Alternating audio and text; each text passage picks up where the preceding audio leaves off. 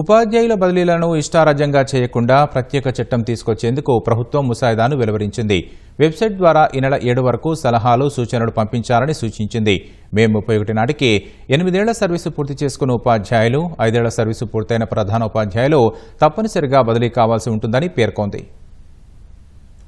2 ఏళ్ల సర్వీసు పూర్తి చేసుకున్న ఉపాధ్యాయులు బదిలీకి అర్హులని ప్రభుత్వం తెలిపింది. బదిలీలను ఏడాదికి ఒక్కసారే చేస్తామని, అది వెబ్ కౌన్సిలింగ్ ద్వారా నిర్వహిస్తామని వెల్లడించింది. అయితే ప్రభుత్వ, మండలం, జిల్లా పరిషత్తు, పురపాలక, నగరపాలక సంస్థల పరిధిలోని పాఠశాలలకు ప్రభుత్వం ప్రతిపాదించిన ప్రత్యేక చట్టం వర్తిస్తుంది.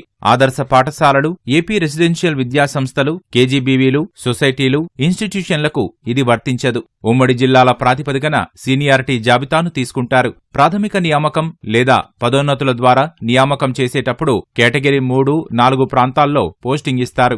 ఈ ప్రాంతాల్లో ఖాళీలు లేకపోతే కేటగిరీ 1, 2లో నియమిస్తారు. పురపాలక, నగరపాలక సంస్థల్లోని పాఠశాలలు, గ్రేడ్ 2 ప్రధానోపాధ్యాయులకు ఇందులో సడలింపు ఉంటుంది. హేతుబద్ధీకరణ తర్వాత మిగులు ప్రధానోపాధ్యాయులు, టీచర్లను అవసరమైన పాఠశాలలకు మారుస్తారు. కౌన్సిలింగ్ ద్వారా ప్రాధాన్య క్రమంలో బదిలీ చేస్తారు. దీనికి ప్రత్యేక మార్గదర్శకాలు ఇస్తారు. ఆన్లైన్ కౌన్సిలింగ్లో డ్రాయింగ్, క్రాఫ్ట్, మ్యూజిక్, ఎన్సీసీ, ప్రత్యేక విద్య వారికి మినహాయింపు ఉంటుంది.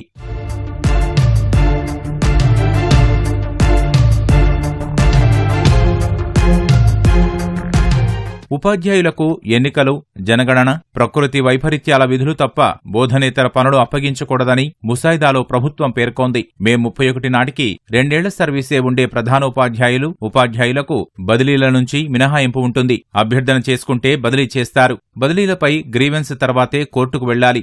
2 ఉపాధ్యాయులకు ఒకే పాయింట్లుంటే సీనియారిటీని ప్రామాణికంగా తీసుకుంటారు. తర్వాత వయసును పరిశీలిస్తారు.